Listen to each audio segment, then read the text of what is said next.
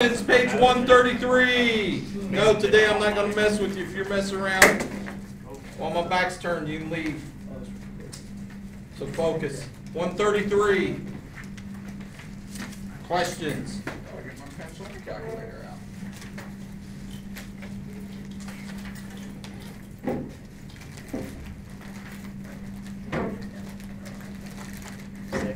Number six. Number six.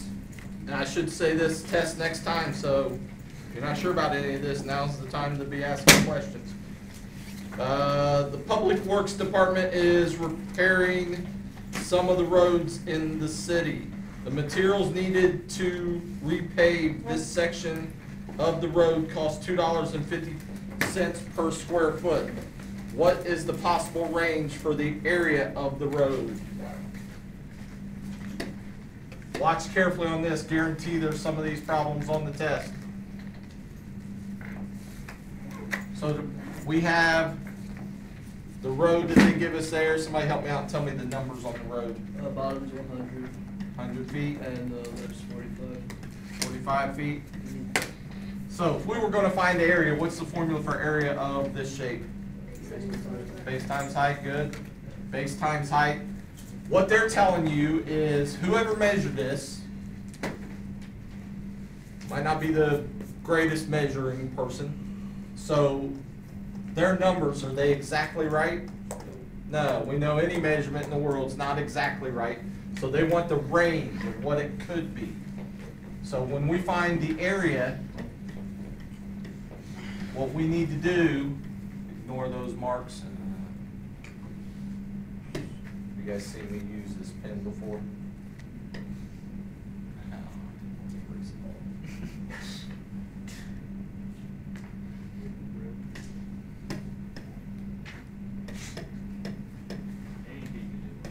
100 by 45. That ain't got nothing to do with the pen. It's got to do with I don't always hold it correctly.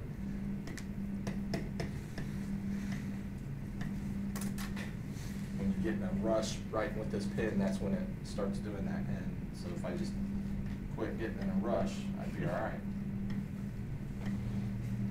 The area of the road that we have to repave is between two numbers. The way you find that is use the precision number. It looks like they probably rounded their answers off when they were measuring this to the nearest what?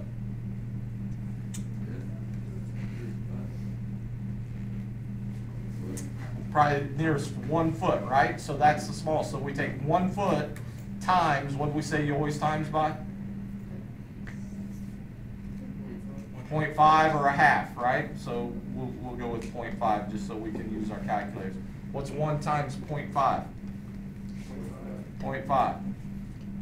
So when we're looking at this, Fred, whoever measured this, we'll call him Fred, he said it was 45 feet. We don't think it's exactly 45 feet. But we know that Fred's not a complete and total idiot, so his measurement is in a certain range. What's the smallest it could go down to? 44.5 to what?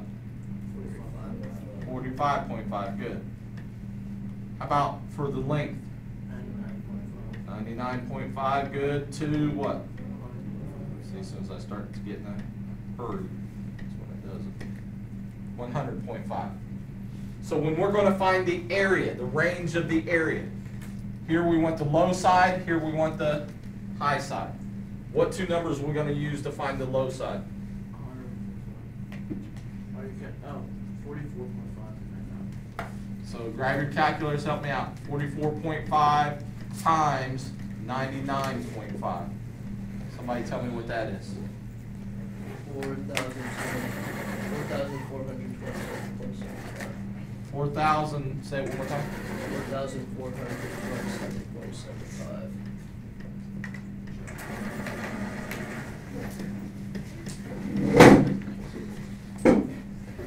What's the high two numbers if we were going to go on the high side? 45.5. Oops, sorry, 45.5, right? And times 100.5. Somebody multiply those two together for us. 4,572.75. That's the answer to part A, I think. They said, what's the possible area? So area could go from 4,427.75 to 4,572.75. Part B, they want to know the cost. So when we're doing this, if Fred, our person that was measuring this, if we just went and said, and thought Fred was exactly right, and then we come back and find out as we're paving this, that he was a little off on this side, and all of a sudden we get to where we think we're almost done, and then there's like a foot or two of road that we can't finish paving because Fred measured it and rounded it to the low end, we're sort of out of luck, right? So that's what they're trying to show you here, is that we need to know that, hey, it's in that range. It said that it costs $2.50 per square foot. So how are we going to find the cost that it's going to cost us for this? Multiply this by 250. Now please use your common sense. When we get our answer is going to be in what units? Money. Alright, so how many places do I want you to tell me the answer out to? 2 decimal places. So when you get your answer, somebody tell me. 11,000 what? 069.37. Anybody else get that? Yeah. So $11,069.37. Same thing over here. You times this one by $2.50. Round that one off to 2 decimal places. What's that give us?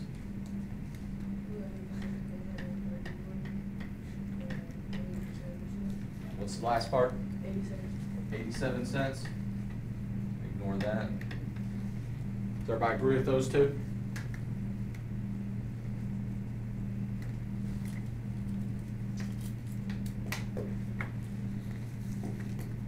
So if you work it back in black and you're giving somebody a bid for this, probably your bid, if you know it's going to cost you $11,431 or up to $11,431.87, should you give them a bid of $11,000 for what you're going to charge them? Probably not. Should at least be that much, right? It better be a little more than that, or you're not going to be able to pay your workers and everybody else. Other questions?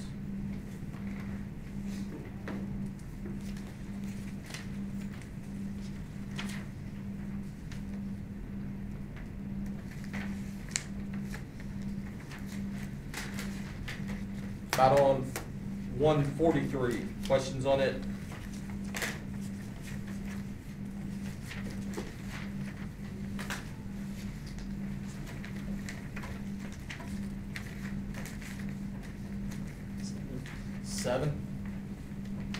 Problem 7 says students in Miss Lee's class are measuring the height of a chalkboard. Miss Lee asked the students to write the measurement with 4 significant digits. Which student correctly followed her instructions?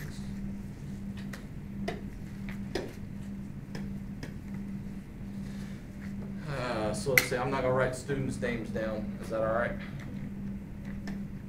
48.5 centimeters. Is that the first one? 48.53 centimeters. 49 centimeters. And 48.530 centimeters. just go down through here. How many significant figures in this one? 3, everybody agree with that? How about this one? This one? This one? 5, all of them are significant. Even that 0 on the end is significant, right? So which student did it the way that she wanted it? So which, Michelle, is that who it is? Remember, is that 0 there significant? Yeah. When is a 0 not significant when we have something like that? When it's right where? So if it said that, now is that 0 significant? There it is. When is it not? When there's not a whole number before. So then that 0 is not significant when you count it, or when you're counting them up. Next question.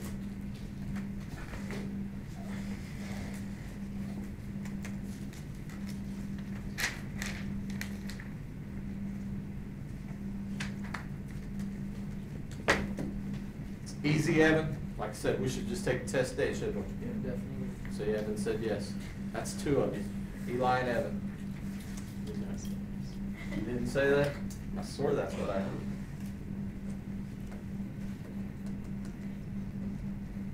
If you didn't grab the notes, go over and grab them real quick.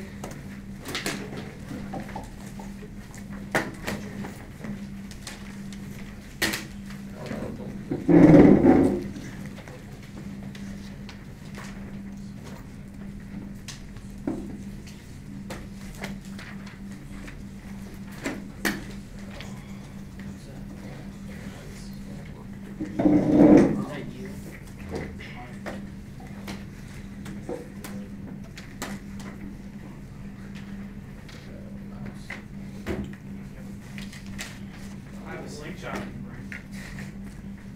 I have, Like William better when he was setting the way across the room, and I didn't hear what he had to say. What?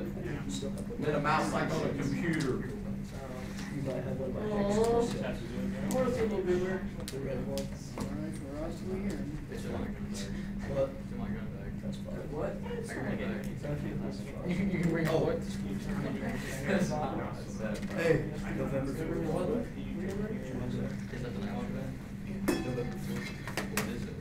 Angles! Things that are going to be on this test. Angles. Gonna name angles. What's one way to name that angle I have in that picture? Angle 3, I heard. What else? Angle A would work. Now, be careful with angle A. Will that always work? If there's more than one angle in the picture, then angle A wouldn't work. A is the what for the angle? The vertex. Good. What's another way to name it? Angle NAT. Please make sure on all these that you're using what? The angle symbol. Make sure you're using that symbol. If you're not using the symbol, it's going to get marked wrong. So we said angle 3, angle A, angle NAT. What's another way? Angle TAN going the other way. So put all those in there.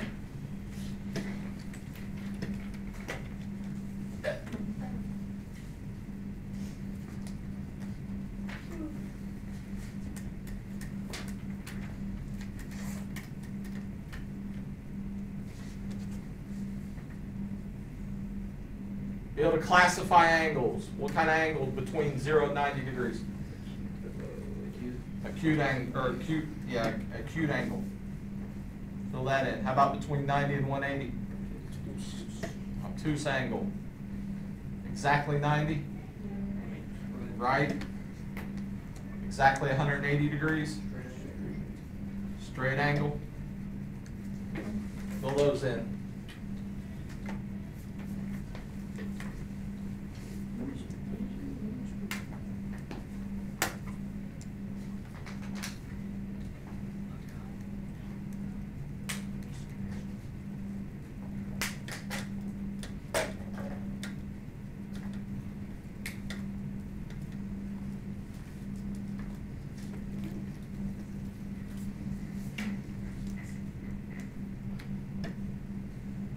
Special pairs of angles. Adjacent angles. Somebody explain adjacent angles to me. Angles that share a, sorta. They share a, give me the name that I told you, just a simple name. Array. I mean, the simple name for what adjacent angles are. Neighbors, all right, so they're neighbors, and they share a ray and a vertex. So they're neighbors, they share a ray and a vertex. What do we know mathematically about these two angles? They add up to anything, they equal to each other, anything special like that? So please make sure you know about these two angles. We know nothing mathematical. Nothing mathematical. They don't tell you, when they tell you that they're adjacent angles, that doesn't tell you anything mathematical.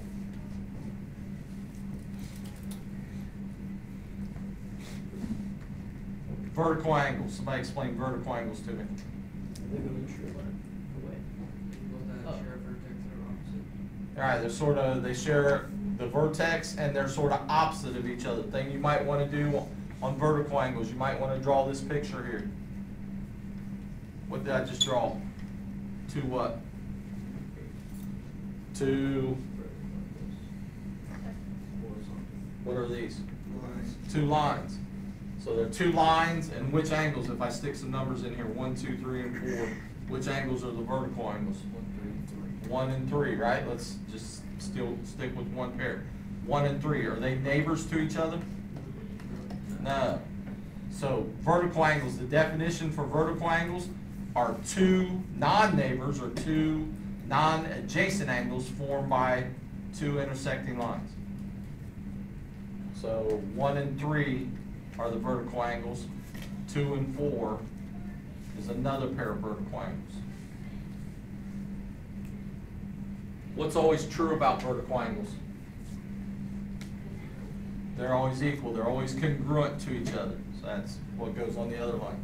Vertical angles are always congruent. Vertical angles are congruent to each other.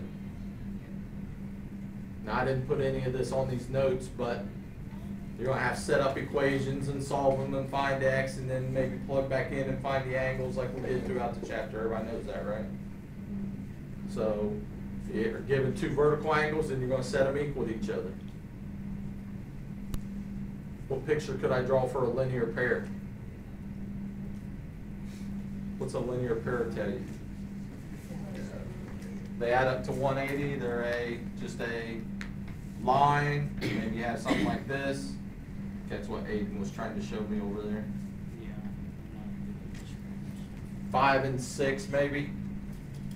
So a linear pair of two angles that add up to a straight angle or 180.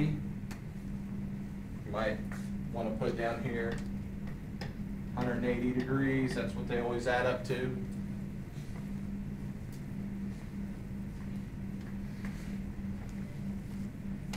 On the next slide, what's the other pairs of angles that we talked about throughout the chapter that we haven't had up here yet? Supplementary and complementary. Supplementary and complementary. Guess what's going to be on the next slide? Supplementary and I only said it because I can see it on the paper. is that why you said it? I'm pretty clever. Supplementary angles. What are supplementary angles? Two angles that add up to 180. Two angles that add up to 180. So what other pair of angles that we have already written down are supplementary angles? A linear pair. So a linear pair are also supplementary angles. What are complementary angles? Two angles that add up to 90. Anybody come up with a good way to remember the difference? Somebody help everybody else out.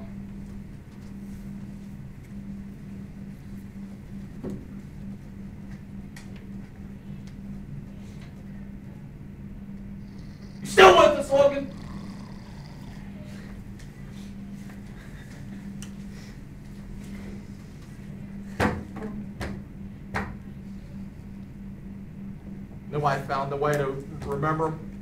Keep them separate, just have to memorize them. Complementary add up to 90, supplementary add up to 180. All right. Comp 90, sub 180. Wowzers. It's real, Thanks, Josh. it's real creative, Josh.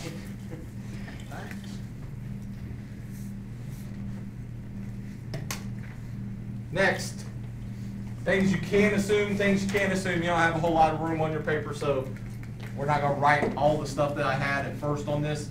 Main things here, things you can assume. If something looks like it's a straight angle, then you can assume that it is a straight angle.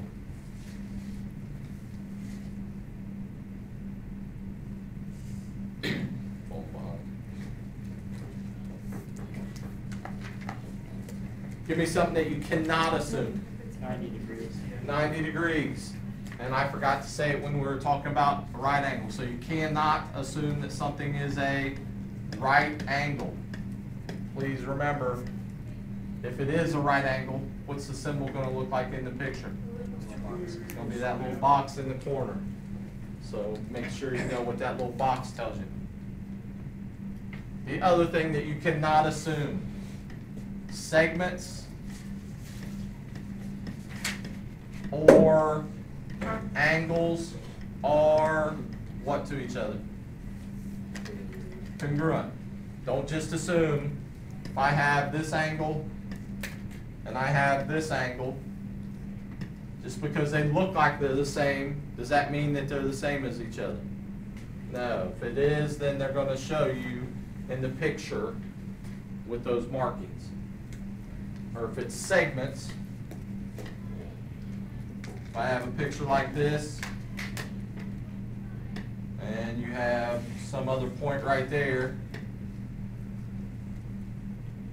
these two segments might look like they're the same length. Does that mean they're the same length? No, so they would mark them somehow to show you that they are the same length. Or they would tell you that B is a what? Midpoint. Or something I forgot to put on this, stupid. Or B also does what to the segment? What's that word? Bisects, all right? It's a bisector. So maybe something like this. What's that do to that angle? If I could draw straight. Makes them the same, so it's an angle bisector. I forgot to put that on my notes. I have to go back and fix that. 2D shapes. Two-dimensional shapes.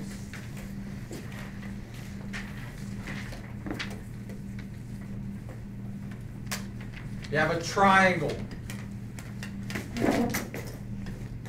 So I have that triangle right there. How do I find the perimeter of that triangle?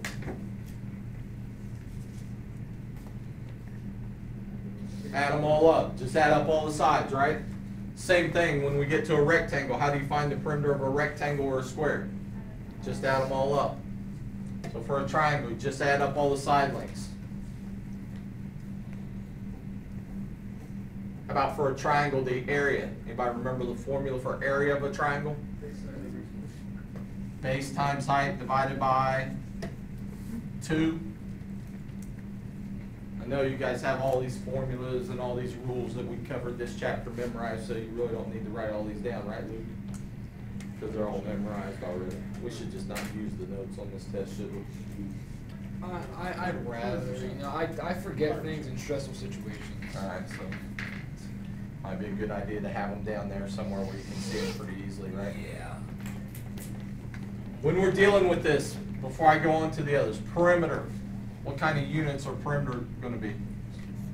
Where's Unit. Just units, right? What's area going to be for all these? Units squared. Remember, anytime it's anything area, it's units squared.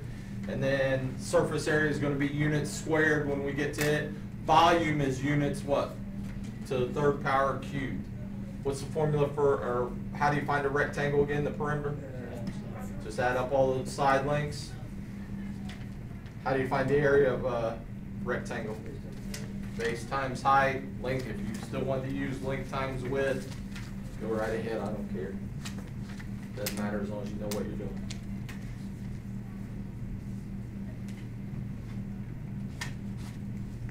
For a circle, what's C stand for in a circle? Circumference. Might want to write that down somewhere. Circumference. What's circumference mean? 2 times the radius. That's true, maybe, but what's it mean? The whole entire way across this thing. Distance. From one side to the other. Distance From one edge to the other edge. around the circle, right? All the way around. I was right. That's circumference, right? Yeah. So it's like the perimeter of the circle. What's the formula? Anybody remember that? One of them is 2 times pi times radius. Anybody remember the other one? If we have the radius, that's a radius, correct? Yeah. What is it called all the way across? Diameter. So instead of doing 2 times pi times the radius, you could just do diameter times pi, and that's why there's 2 separate formulas there. So it's either just diameter times pi or 2 times pi times radius.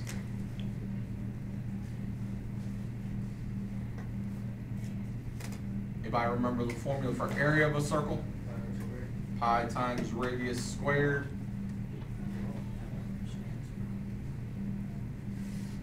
Make sure you don't get those formulas confused.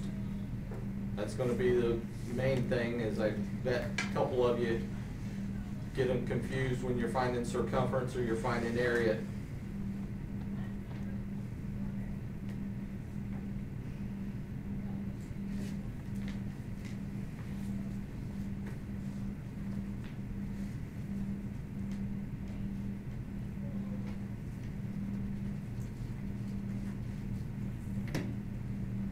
Next, polygons.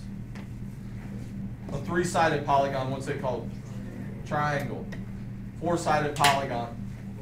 Quadrilateral, 5-sided. Pentagon, 6-sided. Hexagon, 7-sided. Heptagon or septagon, 8-sided.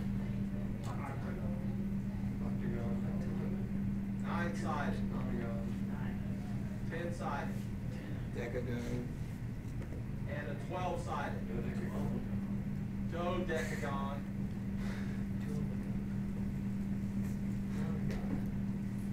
What about if we have 32 sides?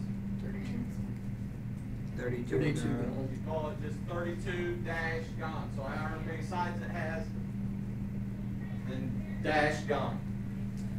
If it's not one of those. What's it mean to be equilateral? Now I'll give you a second. That's why I walked back here. So I'll give you a second to make sure you got them all written down. Just walk by Corey over here.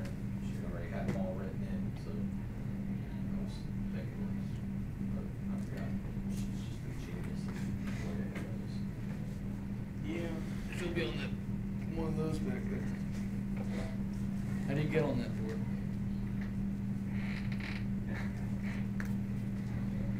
Figure it out. I don't think it's gonna be on there, but I know the answer.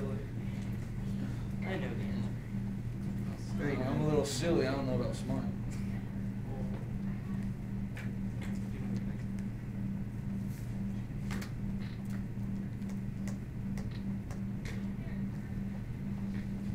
Equilateral, what's it mean for a polygon to be equilateral? All the sides are, be careful now, for equilateral it means all the sides are equal, right? So if I have this pentagon, if I tell you it's equilateral, what do you know about all these sides? They're all the same, all right? So they're all the same length. That's what equilateral is, all the sides are the same. All the sides are congruent. What's equiangular mean? All the angles. So if I'm looking at this pentagon and I told you all the sides are the same, maybe also I told you that all the angles are the same, then it's equiangular. And the one that we use the most, the one that you better remember, is regular. What's it mean if a shape is regular? All the sides are equal and all the angles are equal. Got to know that what regular. So if I say, you have a regular hexagon, and we draw this hexagon, and you know it's regular, and I tell you that this angle here is 4x plus 5. And I tell you this angle down here is 148. What equation could you set up? 4x plus 5 has to equal 148. Then solve that. So regular, all the sides are equal, all the angles are equal. Now does that mean all the sides are 148 also? No. Alright, the sides could be 15 centimeters or whatever. Well, if that side's 15 centimeters, how long is this side? 15. This side? So on, so on, so on, all the way around. Transformations. With transformations, first thing up here in the thing, if I start off with point A, and I tell you to take that point A and move it somewhere else, what are you going to label that new point? A prime. Please make sure when you're doing these problems on the test, you don't forget to put your primes on there so I know which shape is which one's the original shape and which one's the new shape, or which one's the pre-image and which one's the image. What's another name for a translation? Slide. And there's 3 different ways to do a slide. That's probably the way that you knew before you got to my class when you were doing slides back in 5th grade or wherever it was, and they said move the shape 4 to the right and up, or 2 to the right and up 4. So yeah, those teachers can do all that stuff. Eversole's not doing all that to try to help you remember. You just gotta grow up to be a man now, not doing dances and little cute things. The second way that we learned, and these other 2 are sort of new, on the second ways, using a vector. Please make sure when you write these in, these are the vector symbols, not parentheses.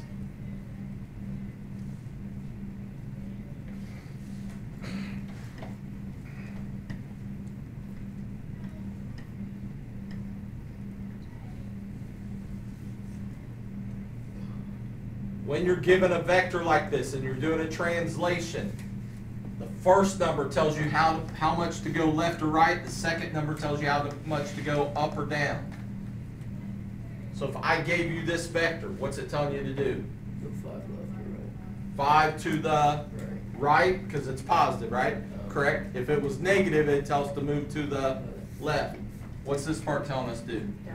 Down 3. Since it's negative, it's telling us to go down. If it was positive, it'd tell us to go up. And then the last way, still using a vector using the last way, but a lot of times they'll just give you this, A and B. Add A to the X coordinate, add B to the Y coordinate. So it might just look like that. That one always confuses me because it comes in real slow.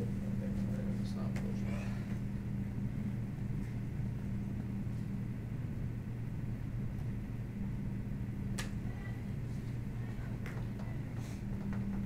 Reflection, what's another name for reflection? Flip. I was gonna say mirror as well. Mirror, all right. Flip, I think I forgot to put that on there. Flip. If you're doing a reflection on a graph, just count the spaces. I'll give you a second to write that down, then I'll explain.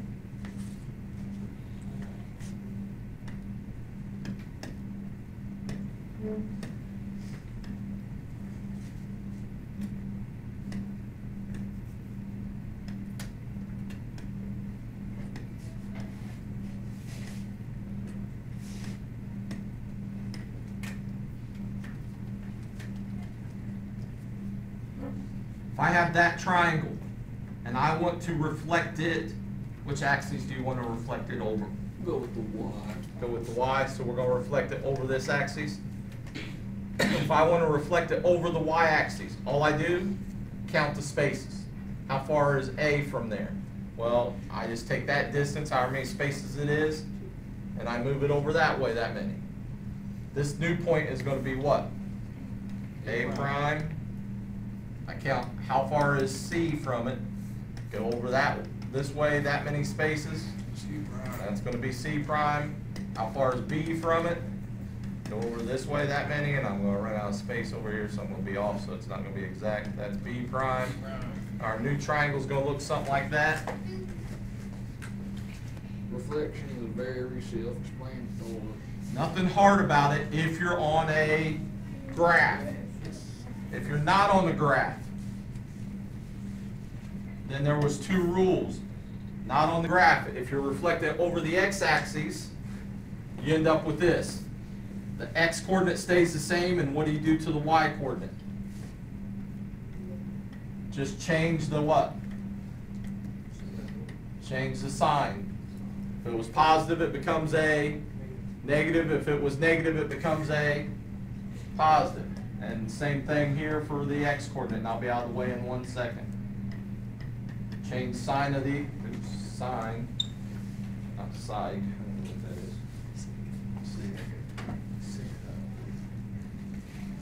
You know, I'm getting ready to yell and scare him, but he woke up there just for that second, so. Need to sneak up on him again. Just tell we'll be like a Looney Tunes characters. Or throw something at them. Take one of these sticks up here and throw it like a javelin. So if I gave you this point, 5, -3, and we wanted to reflect it over the x-axis, what would it be over the x-axis? 5 +3. What if we wanted to reflect it over the y-axis? What would it be? -5, -3.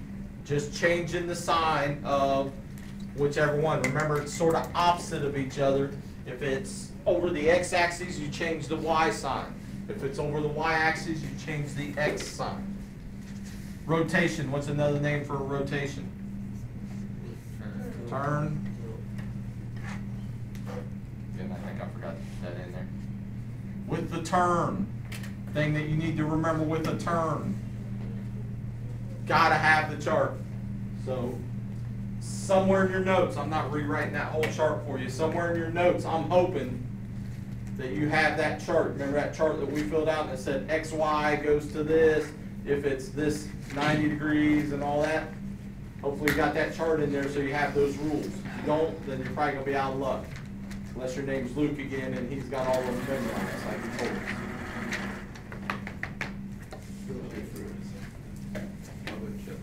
3 things with a rotation. You need 3 things every time you do a rotation. Anybody remember what they're going to tell you? I can't say it. If you're doing a rotation, what do you got to know about when you're doing the rotation, when you're turning something? Which direction? So you need to know the direction. What are the 2 possible directions? Clockwise or counterclockwise, so make sure you got to know that. They'll tell you that. What else? If I have this book and I know to go clockwise or counterclockwise, I also need to know how much to turn it, right? Or the degrees. So the angle of the turn. What are the possible angles? 90 degrees, 180 degrees, 270, and 360. Those are the possible degrees to turn a shape.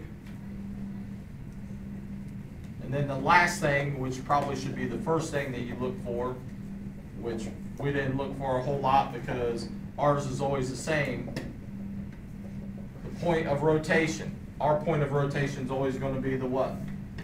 The origin, which is the point 0, 0. So what we rotate around is always going to be 0, 0 for now. That'll change later. Make sure you got that chart somewhere in there. If you don't have it, get it off somebody before Wednesday when you walk through the door.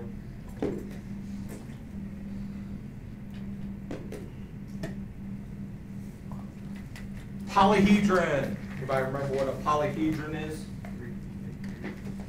Three-dimensional figure, that's true. What else? What's it gotta have? All the faces have to be what? Have to be a polygon. All right, so what are polyhedrons? Is this a polyhedron? Yeah, are all these faces polygons? Yeah. Is this a polyhedron? Are all the faces polygons? Is this a polyhedron? No. Is this a polyhedron? No. Is this a polyhedron? Yeah. As long as all the faces are polygons, then it's a polyhedron. So it's a 3D shape where all the faces are polygons.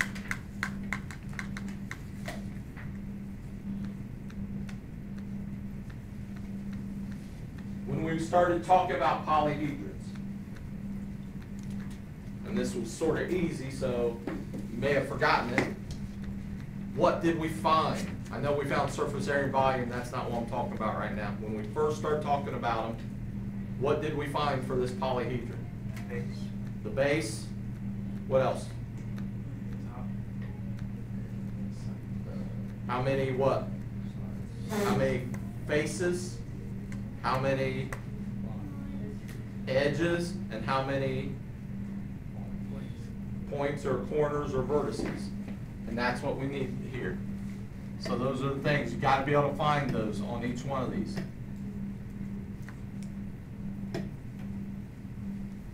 Give you a second to write that down, then we'll talk about this one again.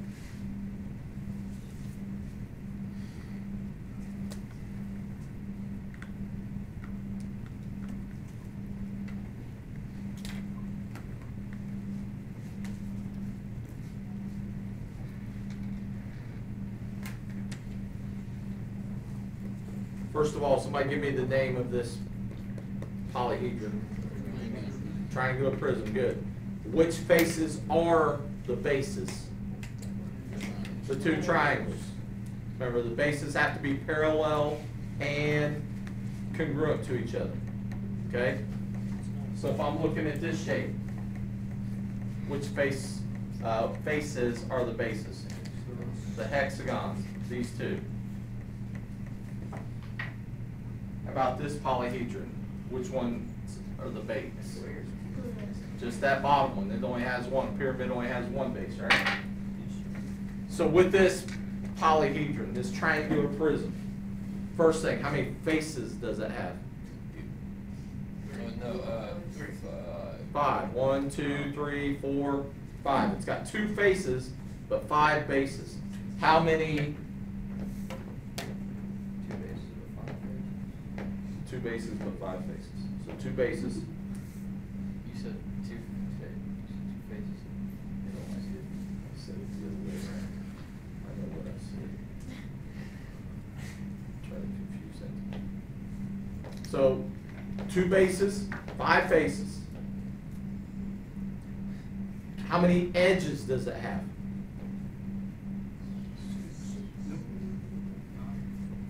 9? Anybody agree with that? 1, Yeah, 9. 2, 3, 4, 5, 6, 7, 8, 9. All the segments are edges, right? How many vertices or corners does it have? 6. So be able to find all those things for every one of them. What are the different things that are polyhedrons? All what? What kind of shape was this again? This was a prism, right? So all prisms are polyhedrons. And what's the other one? A pyramid. And all pyramids are polyhedrons.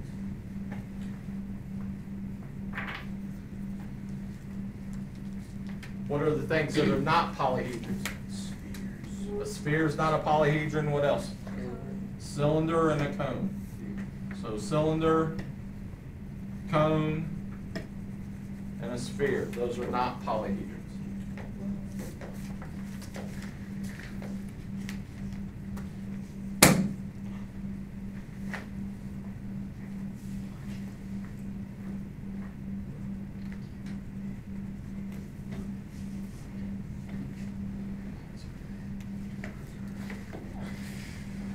Everybody have all that? Yeah. Platonic solids, look up in your notes for me, platonic solids. 5 of them. They're in your notes, we're gonna make the list again.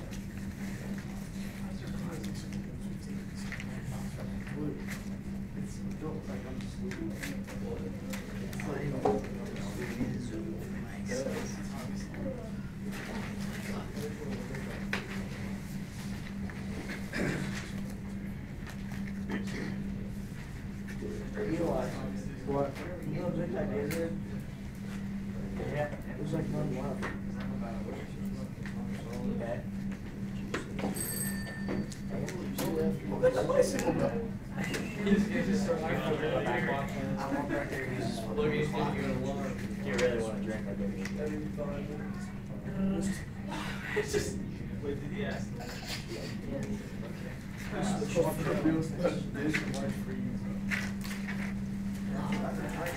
was gonna say. Should've got that.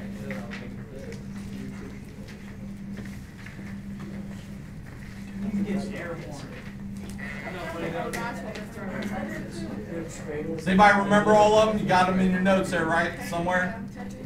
Tetrahedron's the first one. Tetrahedron, how many faces? 4. Tetra means 4, right? The next one, what's the next one? Cube. How many faces on it? 6. Then the next one is octahedron. How many faces on it? 8. Next one, dodecahedron, which is 12 faces. And then the last one, how many faces on it? 20. Remember, all the faces, what do you know about all the faces on a tetrahedron? The faces are always congruent, they're always the same. And it's the same for all these, for cube, octahedron, dodecahedron, all those. All the faces are exactly the same.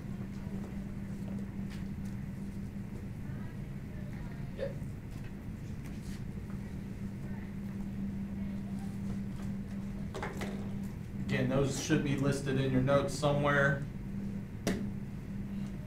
Surface area and volume. First, surface area and volume of a prism. How would we find the surface area of this prism? What do you find? The area of the rectangle, area of that rectangle, area of what else? The area of this triangle, the area of that triangle. And then what do you do with all those? Add them all up. So all you do to find the surface area, there's formulas, but we didn't never write down the formulas. Find the surface area of a prism, whatever that prism is. You find the area of all the faces and add them all up.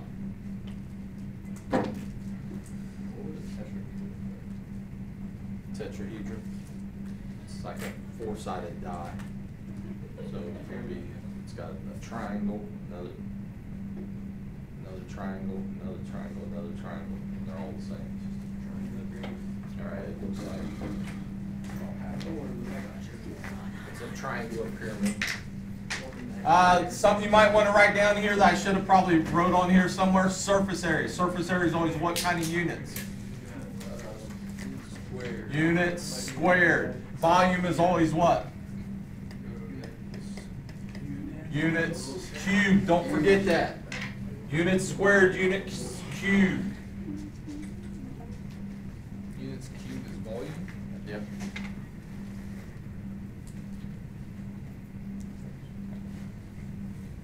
Anybody remember what the formula is for volume of a rectangular prism? Base times height times length, length times width times height.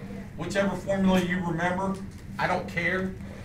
If you remember the one that you learned back in 5th grade, 6th grade, whenever it was, length times width times height, whichever, they both mean the same thing.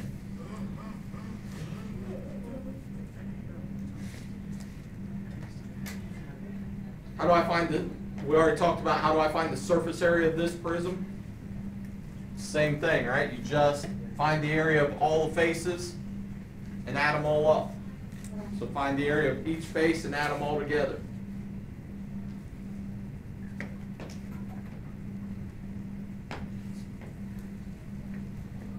Might want to put an asterisk beside the volume. This is the one that people seem to have the most trouble with. If I wanted to find the volume of this shape, it's a little tougher than this one. Anybody remember, how do you find the volume of a triangular prism? Height. Now, when you say it's base times height, the bad thing is it's not just base like up here, right? For this one, it's big B times H. What's that big B stand for? Area of the base. Which face is a base on this shape? The triangle. So you find the area of that triangle, then you times it by the height. The height always goes from one base to the other. So this is the height. Don't think that this is the height. That's the height of the triangle. That's the height of the triangle, but that's not the height of the entire prism. The height of the entire prism goes from one base to the other. So base to base. That got to be that length.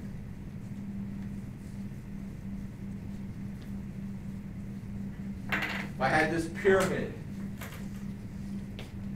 how would you find the surface area of the pyramid?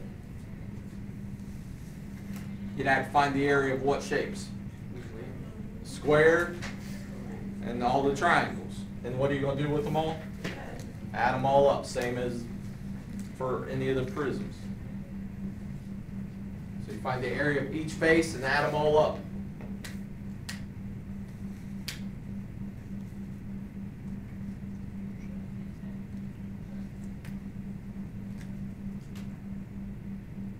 Volume of a triangle. Or of a triangle. Volume of a pyramid.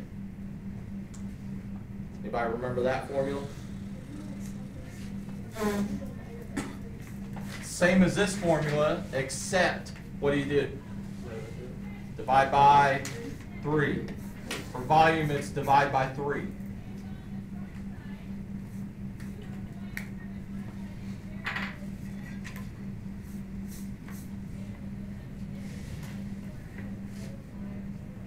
So it's big B times H, find the area of the base, times it by the height, get that answer, and then divide that answer by 3.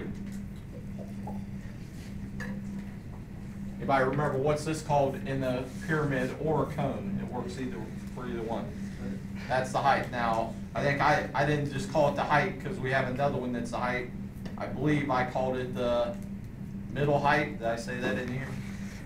Sometimes I remember saying it, sometimes I don't. It's just the height, that's what it normally is, but if we call it the middle height, that way you don't get it confused with the other one. You're going down the side over here. We're going down the side of this pyramid. Anybody remember what height that is? That's the slant height. It's like you're sliding down it. It's a slant height. So that's the slant height. And then this face right here is called the what? Base. The base. So make sure you know where all 3 of those things are when you're dealing with a pyramid or a cone.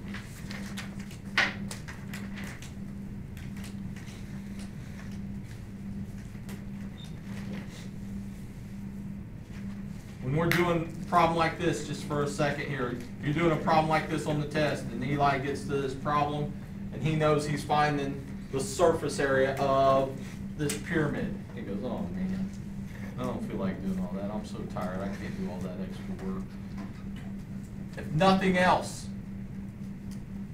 you got that, you know that your answer is for surface area. What's your units going to be? Units squared, so maybe it's centimeters.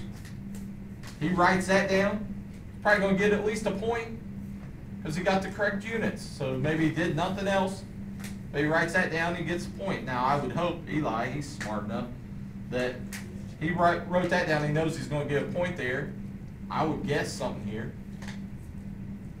Write something in there. Now if he writes in dog, then that's sort of stupid, and I'm probably going to make fun of him. But if he writes in some number, 532 centimeters squared. Who knows? Maybe he gets lucky and he gets it right. It's like a 1 in a billion chance that he gets it right, but that's better than a 0% chance. Cylinders, cones, and spheres. I'm just going to put these in because all these are just formulas that you have to have down somewhere. Be able to use your calculator. Make sure you bring a calculator. I'll put them all in here, then I'll give you a second to write them all down, and then we'll talk about what each variable means in each one of them.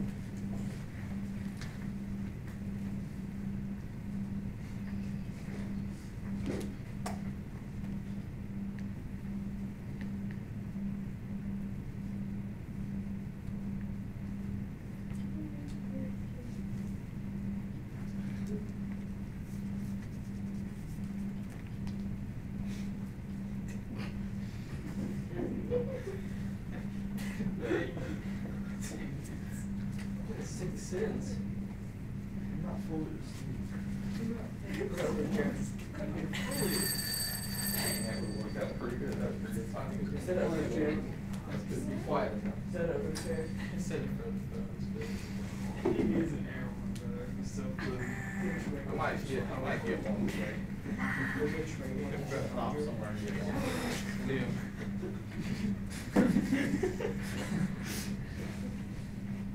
Where is your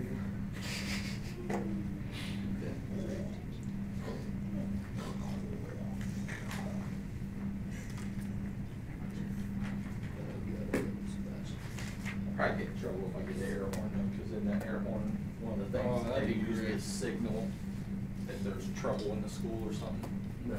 They use that outside or something, but For a tornado? yeah, stuff like that. If people are outside, the air horn's supposed to tell you to come back in or something. Isn't that what they've been doing here the last few years? They never practiced that with us. Me, I don't work hard. Hey, Dad, it's Christmas. Please make sure when you write down these formulas, please make sure you write them down carefully so that you can read your writing. Otherwise, when Aiden calls me over and he says, "What's this say?" and it's in his writing, I'm going to go, "I'm supposed to know and you don't? I can't decide what you wrote." I don't think it is.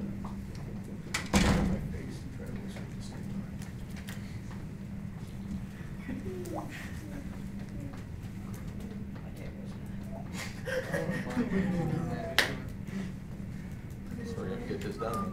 I'll let you. I was so cozy this morning, dude. That was the best sleep I've ever had. With a cylinder, for cylinder you have R and H. For a cylinder, the radius, they're going to give you something that looks like this. That's your radius. You might want to draw that in on your picture. Radius goes from the center to the edge on the one of the bases. Where do they give you the height at on a cylinder? Down the side, so it'd probably go something like this. That's the height. Makes sense, makes sense. Where the 40's at, that is what on this cone? That's the middle height. So that's your H. That's terrible, sorry. That's an H. The 41, what is it? That's the slant height, so that's the S in the formulas. And this down here is the what in the formulas? That's your R, that's your radius. In a sphere, what's this? Radius, so put an R there. There's a sort of a little R there. You can't really read it because it was too small.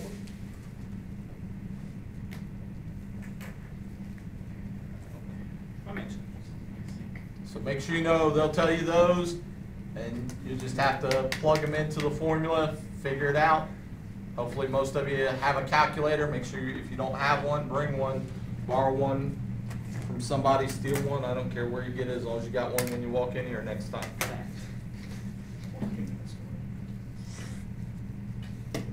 Last thing, just fill these in, then we'll talk about it.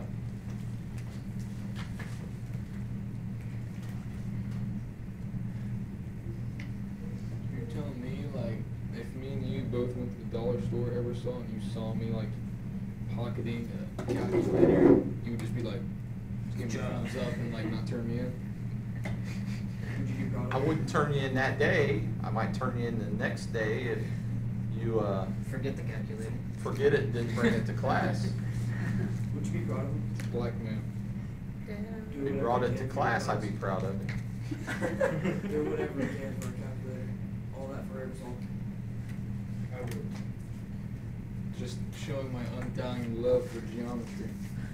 Obviously. I love shapes. There's an H. I meant to join in.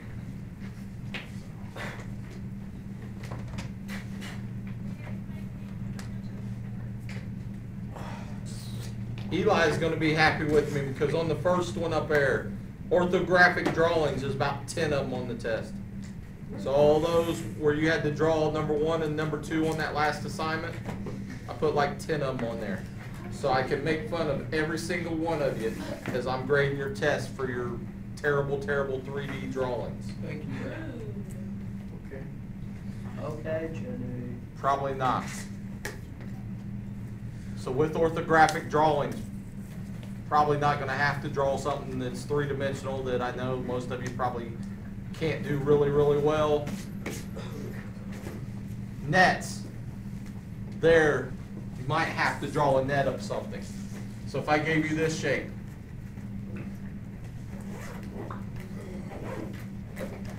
what would the net look like? Square, rectangle width, 4 triangles, maybe something like that. Again, you're not gonna have to have some spectacular drawing or exact drawing, but you should be able to draw something like that. Precision. Somebody tell me what precision is. Exact. Almost.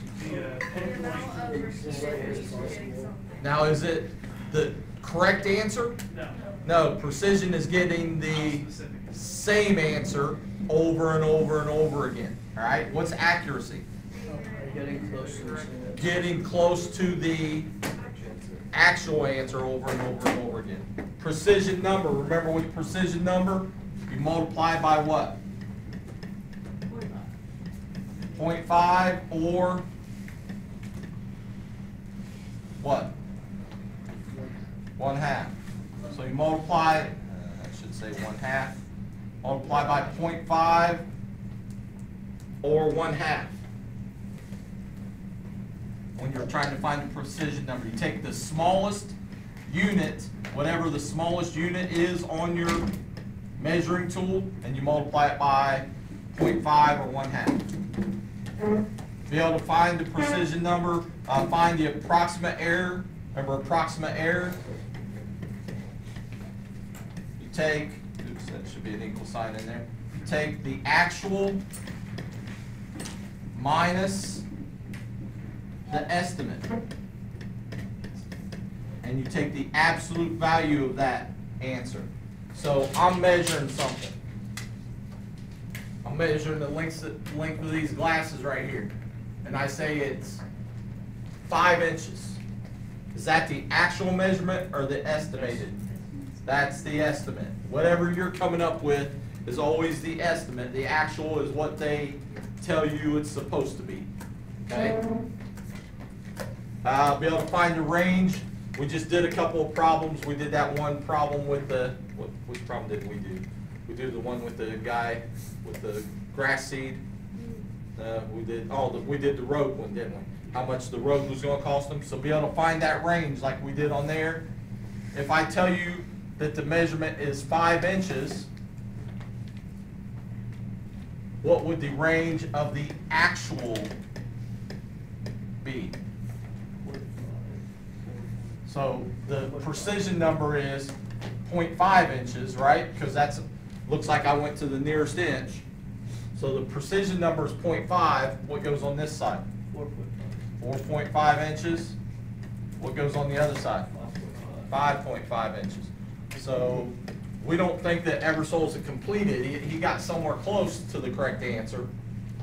And we know for sure that it's between 4.5 and 5.5. We don't think that it's exactly 5, but it's in that range somewhere. significant figures. Let's just look at a couple of numbers real quick. 52. How many significant figures? 2. Somebody give me another number. 0 point what? 35. How many significant figures? 2. Give me another number.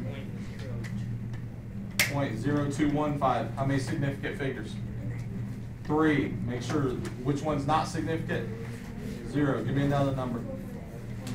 4.85. I thought I heard something like that.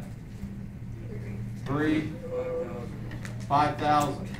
How many significant figures? 1. So on, so on, so on. You guys can find all those? Yeah.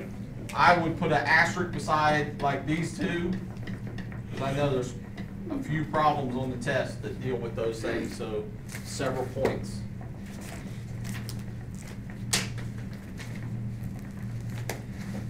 Step up here and grab. This is the review packet. Grab one. It's due next class. You'll turn it in at the start of class.